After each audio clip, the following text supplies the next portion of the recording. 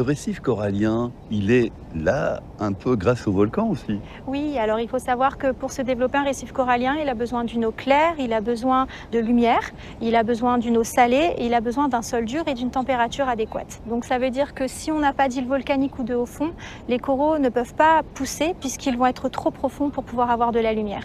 Donc au début, il faut bien sûr une île volcanique. Justement, ce volcan, si on allait le voir, Je on va passer. brûle. Allons, allons. Merci Théva.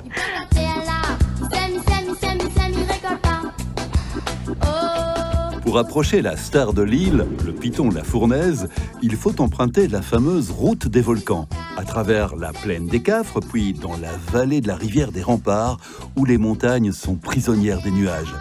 Les paysages sont d'une beauté à couper le souffle et d'une incroyable diversité.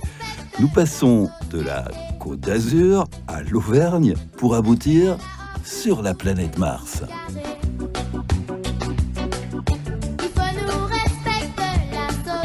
On est à 2350 mètres d'altitude en quelques kilomètres. On voit que La Réunion, c'est vraiment un volcan dans l'océan, puis c'est une terre de cinéma. Oui, c'est une terre de tournage. C'est pour ça aussi que je suis ici. C'est parce qu'il y a tellement de paysages différents qui peuvent servir pour tellement d'histoires différentes.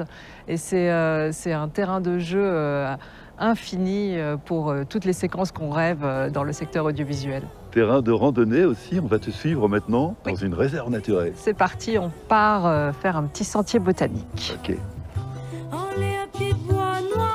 Sur la plaine des Sables, nous marchons dans Rencontre du troisième type.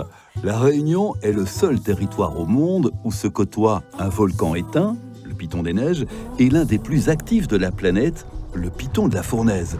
Un volcan ami qui offre 2 ou 3 éruptions chaque année sans causer trop de dégâts. Le site est protégé, il est classé au patrimoine mondial de l'UNESCO.